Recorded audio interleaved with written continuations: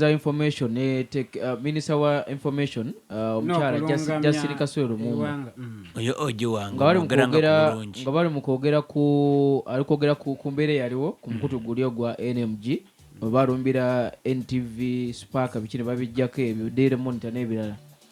abadde agezaako kubanga batatangaza naye era abadde ayogerako eri ab'amawulire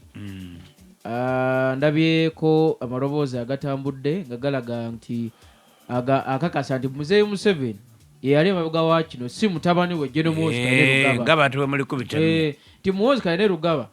si yali mu kino Mzei Museveni kubanze ntera nnyo gamba nti Mzei Museveni buli ekikolwa mu ggwanga akimanyi si mutabani we TV dino batwere ku gwa musolo oba kuba kyona abantu benda kugutangazibwa TV omanyi TV wabaddewo okweyo kutangaza nti president yakidiku ati uli chaidi okutangaza minister oli tukoba president yaide mu minister yaide mutegera gane tetwidinga president yaide TV zino be minister bwe bagemana mmere nga president tayikiriza tiyatuma abantu ne bamutolayo wegenderezanga ino omuntu aidi ebintu ebingi ayi nga ayogera kitono ayogera kimu na kimu nga ebintu bingi ayi nga ayogera kitono nze mu kusinzira ku kiwandiiko ky'embwenye minisita aidi ekobera nsi nti security ne yali emabega w'ekintu ekyo buli security yakulemberwa nti era waliwo okunonenkereza okugenda mu maaso okulija mu maaso olekyaba etayogere yayenze kuli sawo kya Museveni akimanyi era tabasobola kola eyo Museveni tamanyi kyayenze okoboole oyo omuzadisa begano ndowooza obula mukama wali kitolayo bulungi uliriza omanyi emikulu gino omukutu gwo ogulaba ogw'NTV omukutu ogwo gubadde gubawo ekintu nga bwe kiri Mudofu oba tonaabye gweraga nti Mudofu tanaabye togeraga nti Mudofu otanaabye naye Mudofu ayambadde esaati empya kyova olaba mu biseera lwaki bwe kituuka ku bya gavumenti tebikubawo nga bwe biri nti bakoze oluguudo luti okuva wano paka wano lwakolebwa mu ibanga lina amadwaliro gati baleese eddagala liti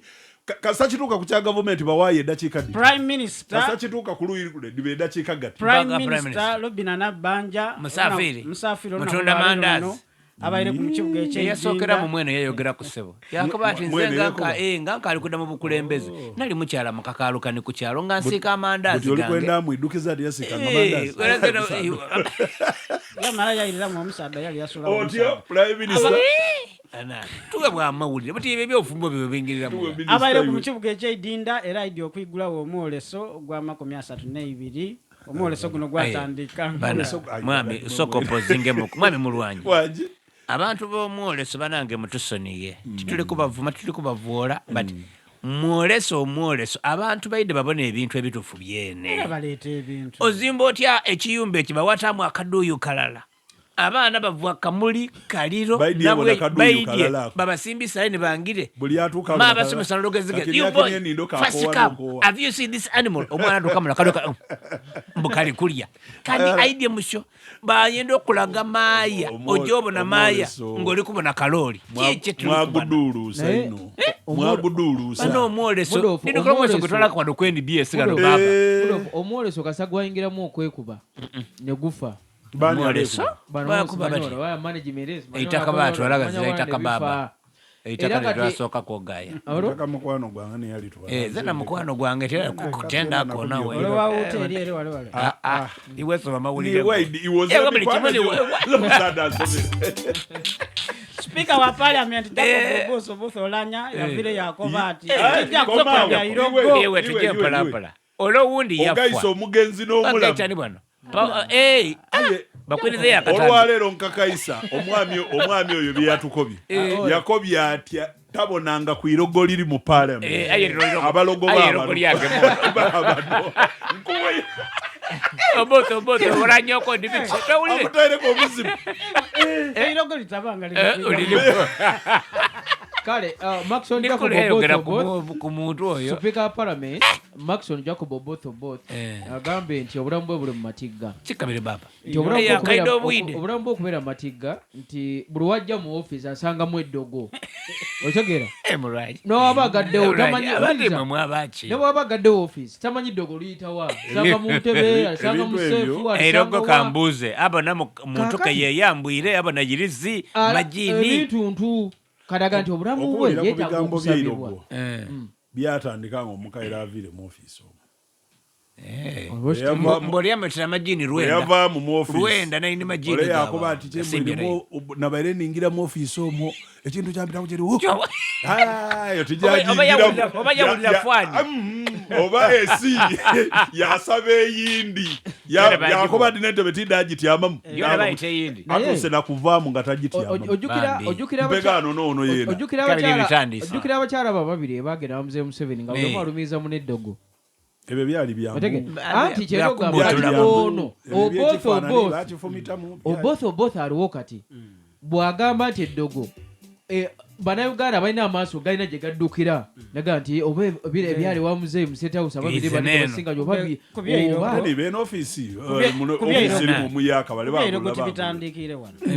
bidukira n'omugenzi Jacob Oboth Olanya weyayira mu bigere byaso omusando omugenzi Jacob ayo muno omulogo wuuneeno twamuzwi kandi tomuwandikira kintu ekyo erinde libulu eirogo lino lyava ku mugenzi Olanya Olanya weyayira mu bigere byaso alitwala Rebecca Kadaga oidinga yatolawo ni kapeti yakyusa n'entebe ni kateni kabeti yona yalinga yakoba ate irogo linzovu ebusoga ati